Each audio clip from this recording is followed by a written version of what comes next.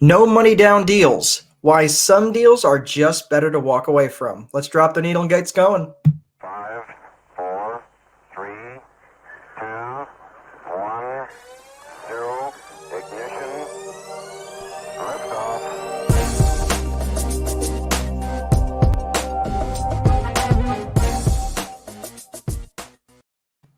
Hey everybody, welcome to the Landlord Coach Daily-ish Show. My name is Mark Dolfini and I am the host of Landlord Coach Daily-ish Show. It's nice to see you and thank you for joining me tonight. So today's topic is one that I get asked this a lot by a lot of different just people messaging on Facebook. Some people just pull me aside in real estate conferences, whatever, about buying properties with no money down. Now, it reminded me of the days back in my finance days, okay, when I was at Purdue, and I was buying properties at the time any way that I possibly could. I was a couple of years out of the Marine Corps and armed with all sorts of information that I could possibly find on how to finance my real estate transactions.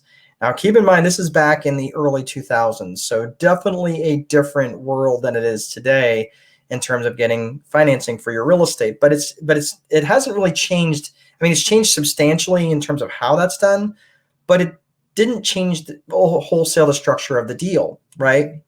So again, this is about buying properties with no money down.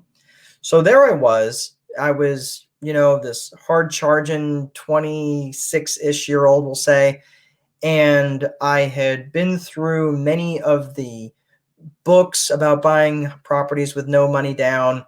And this one book that I had, which is the Real Estate Finance and Investment Manual, which is no doubt one of the best books that I had ever read.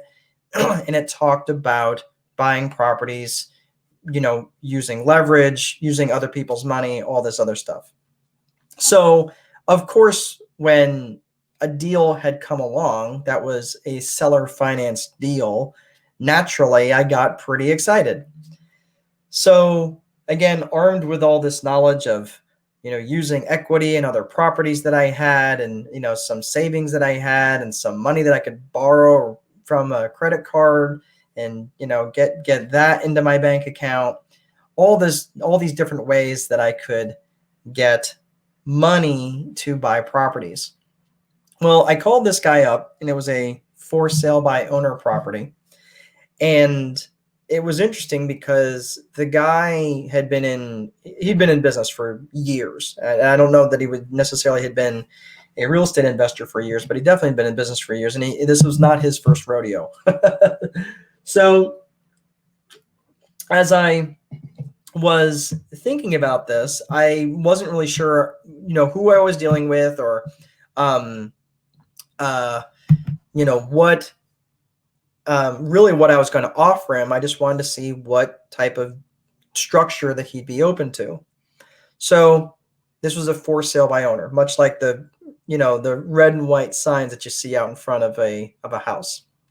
So I called him up, and before I really got much information about the property, I couldn't help myself. And I wanted to impress this guy about all my knowledge, all my vast knowledge of real estate finance, which consisted of about maybe 2 or 3 books at that point.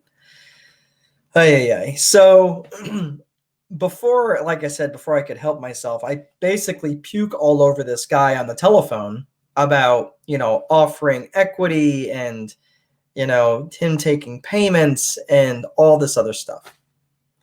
So the guy, recognizing what I was about, said, whoa, hold on a second. I don't even know that you're going to like the house. And I never forgot that.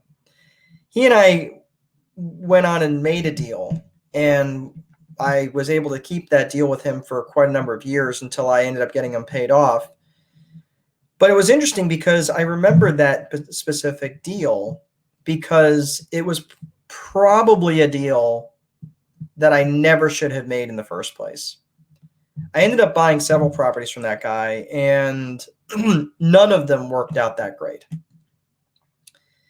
So much so that when I was buying properties, I was looking at the basics of, do I cover my PITI, my principal, interest, taxes, and insurance?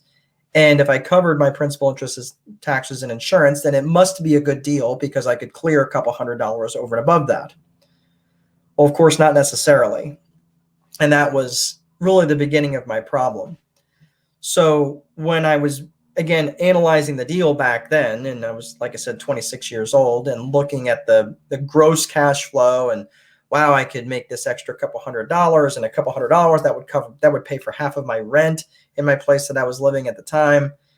And, or, if nothing else, would pay for an electric bill that I was paying, like all this stuff that I was just bypassing all sorts of other very important considerations to the property. Let's just name a few of those considerations. Well, I didn't do any sort of analysis of covering vacancy and vacancy expense. And if you're not budgeting vacancy expense properly, that will eat you alive when you actually have a vacancy. Now, fortunately, because I didn't have a lot of properties, I could turn vacancies pretty quickly back then.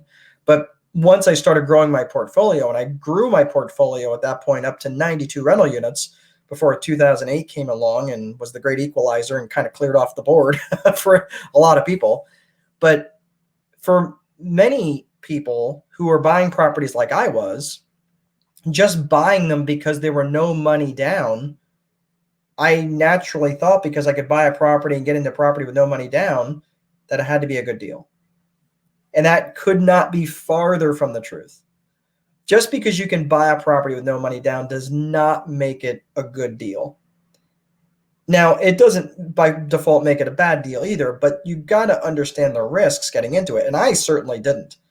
When I got into these properties, buying them, most of my properties I bought with very little of my own money down, either borrowing it from a credit card or borrowing it from a life insurance policy or buying it from some other borrowed means, from a family member or whoever else.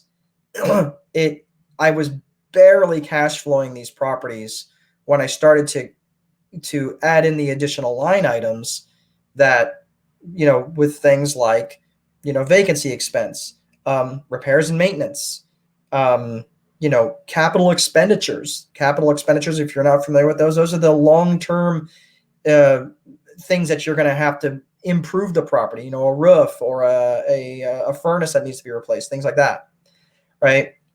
Mowing when the property is vacant. It was a single family dwelling. Yeah, the residents were responsible for it, but who's going to mow the property when the property is vacant, right? Utility expense, the utilities were their responsibility, but the utilities had to be on when the property was vacant, right? All these different things that I did not budget for, like leasing expense or even putting a system in place. Who was going to handle the phone calls? Again, I didn't get to complain when my phone system looked like this and my residents called me at 2:00 in the morning. Right now, I didn't get a lot of those calls back then, but they did happen. So again, because I didn't budget for any of those individual line items, those were all jobs that I had created for myself, right? Now, it doesn't have to be this way. You can go to the download at landlordcoach.com/5 mistakes. You can get a free download there, which is a download that I put together to help you avoid some of the most egregious mistakes that I made back then. Most particularly buying properties with no money down and tricking myself into thinking that they were great deals just because I was able to get into them with none of my own money. So just a word to the wise, I would highly recommend that you download that, take a look at it, and make sure that you're not making the same mistakes, because you don't want to be creating a job for yourself when the whole point of it is so you can leave the current job that you're at and not end up working for a worse boss, and that worse boss ends up being yourself. All right. That's all I have for tonight, guys. Please make sure that you place a value on your free time, because if you don't, someone else will. But most important, there is no amount of money that will make time irrelevant. Have a great evening, and I'll catch you next time.